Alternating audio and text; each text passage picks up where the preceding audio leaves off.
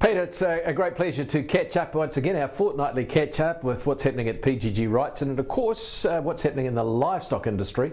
Look, the weather is still a bit troubling, isn't it? Yeah, it is. I mean, if you look at Southland and the bottom half of the South Island really got hit pretty hard last week with cold and very wet weather. Obviously some lamb losses down there which haven't really been quantified yet, but then flip to the other end of the country and Northland's actually quite dry, quite a lot of concerns in Northland again, and also in the east coast of the North Island. People starting to get concerned about it getting dry. Haven't had a good rain there for probably 4 or 5 weeks at a time of the year when you'd expect to be getting moisture and the grass be growing. So, yeah, I think people just a little bit nervous about what the weather might bring, and I suppose after last year's drought, people are, probably being cautious as well. Can we be more prepared? I mean, is this anything we can do? It's very hard to prepare more for it other than de-stock early, and we are seeing a bit of that in the East Coast.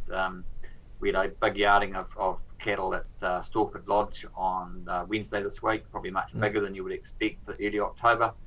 But at the moment, we're lucky in that there is grass in other parts of the North Island, so plenty of grass in the Waikato, King Country, Manawatu, so there's buying power there going to buy that stock. But I just sense a nervousness when I talk to farmers. I talked to a big client on the East Coast one night last week, and they were quite nervous about just what the summer might bring. And understandably, Mark, when you think about how dry it was last year, and then the effects of meat companies having tight space because of COVID. So it's not. Just people are just cautious, I think, at the moment. Of course, the other extreme, the other end of the islands in Southland, they've had everything, haven't they, with the snow and flooding even this week? Yeah, well, I mean, they were actually, before the rain, they were actually talking about being quite dry. So, they've had rain and snow and very cold weather. Late sort of snowstorms and late cold spell, which has obviously impacted on lambing as well. So, it's one thing we can't control, Mark, is the climate, and then.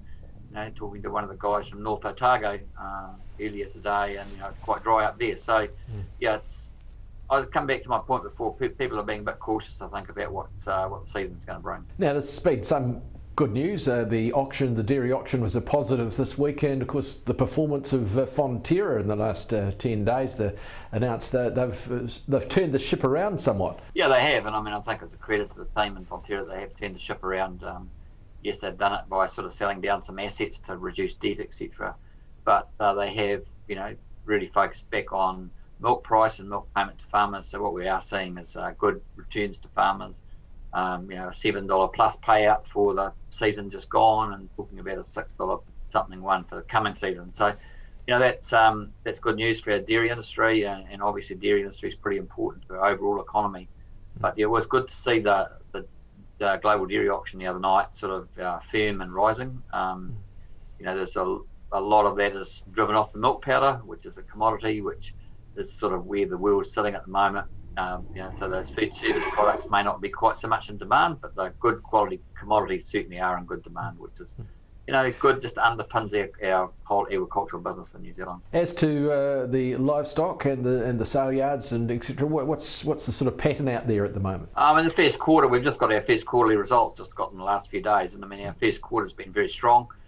We've seen much higher numbers than we expected, particularly cattle. A lot of cattle come through our business, both through the stockyards and direct to slaughter in the last 3 months, much higher numbers than we would normally expect this time of the year.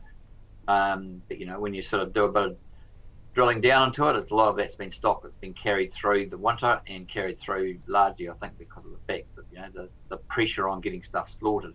Good start to the year, and I still sound of caution. The first lamb schedules announced for the new season are sort of the $8 plus mark, but as I said to someone yesterday, I still think that's the early season price won't necessarily be what the price will be in January and February. And in general, I suppose with the election coming up, just a week away now, is the feeling positive? I think farmers are come back to cautious that they're cautious optimism about their pricing and what their returns will be. But out in the field, there's still farmers do have some concerns about the compliance that they're being asked to deal with over the next 1, 2, 3, 4, 5 years. I mean, I think that, as I come back to this cautious optimism about pricing, but maybe a few other things happening out there. And I think we shouldn't underestimate, how much of an effect that COVID has had on everyone in the country. We're living a different lifestyle now to what we did, 12 months ago. So I think we just need to be conscious of that, that's for sure.